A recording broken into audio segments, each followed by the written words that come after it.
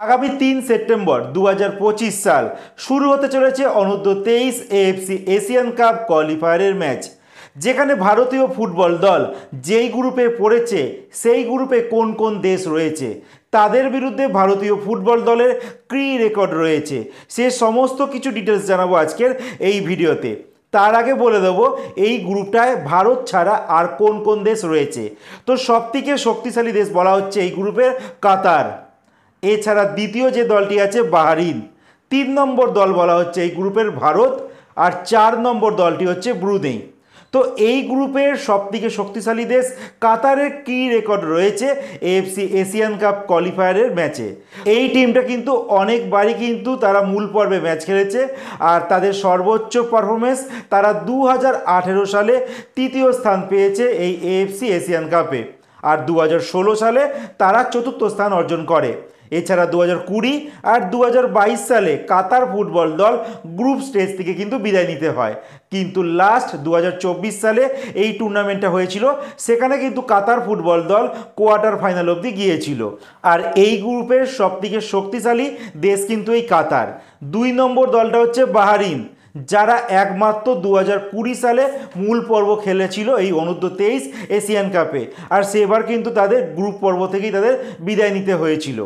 ৩ নম্বর দলটা হচ্ছে ভারত, যারা এখনও অবধি এই এএফসি এশিয়ান কাপের অনূর্ধ্ব ২৩-এর মূল পর্বে কিন্তু আজ পর্যন্ত কোয়ালিফাই করতে পারেনি।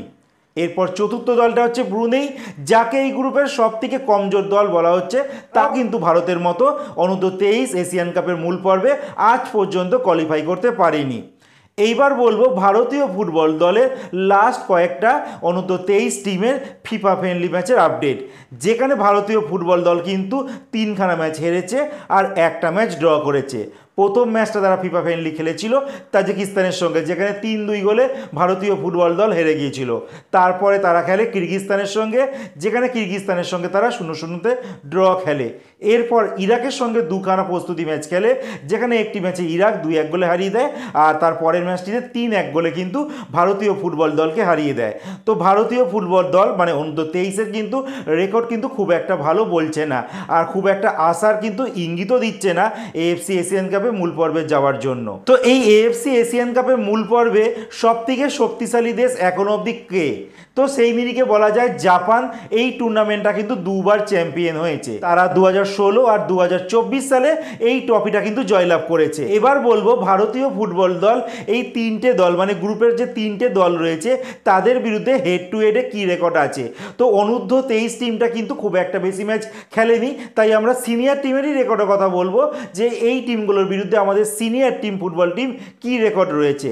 যেখানে সবার প্রথম বলবো বাহরিনের কথা, যেখানে এই টিমটার সঙ্গে আমরা কিন্তু এখনো অবধি সিনিয়র টিম জয়লাভ করতে পারিনি। ১খানা ম্যাচ মাত্র এদের সঙ্গে ড্র করেছি, আর ৬খানা ম্যাচ কিন্তু আমরা এই বাহরিনের কাছে হেরেছি। এর পরের বলবো কাতারের কথা, এই টিমটার সঙ্গেও কিন্তু আমরা আজ পর্যন্ত সিনিয়র পর্যায়ে একবারও জিততে পারিনি। ১খানা ম্যাচ আমরা ড্র করতে পেরেছিলাম ২০১৯ সালে, আর বাকি সমস্ত ৪খানা ম্যাচ কিন্তু এই কাতারের কাছে আমরা হেরে গিয়েছিলাম। তো এরপরে যে ৩ নম্বর দলটি হচ্ছে ব্রুনেই, তাদের সঙ্গে আমাদের দুবার সাক্ষাৎ হয়েছিল, যেখানে দুবারই কিন্তু ভারতীয় ফুটবল দল জয়লাভ করেছিল। তো দেখা যাক ভারতীয় ফুটবল দল পরের রাউন্ডে যেতে পারে কিনা, মানে মূল পর্বে যেতে পারে কিনা, কারণ এইখানে ১১খানা গ্রুপ রয়েছে। ১১খানা গ্রুপের কিন্তু চ্যাম্পিয়ন দলগুলো সরাসরি পরের পর্বে চলে যাবে, মানে মূল পর্বে চলে যাবে। এছাড়া এই ১১টি দলের মধ্যে বেস্ট ৪খানা রানার আপ দলও কিন্তু সুযোগ আছে পরের পর্বে যাওয়ার, মানে মূল পর্বে যাওয়ার। তো দেখা যাক ভারতীয় ফুটবল দল এই ৪খানা দলের মধ্যে জায়গা করতে পারে কিনা, নাকি গ্রুপ চ্যাম্পিয়ন হয়ে পরবর্তী রাউন্ডে যায়। তো আমি এবার বলবো যে ভারতীয় ফুটবল দলের এই এএফসি এশিয়ান কাপ কোয়ালিফায়ার অনূর্ধ্ব ২৩-এর কবে কবে ম্যাচ রয়েছে।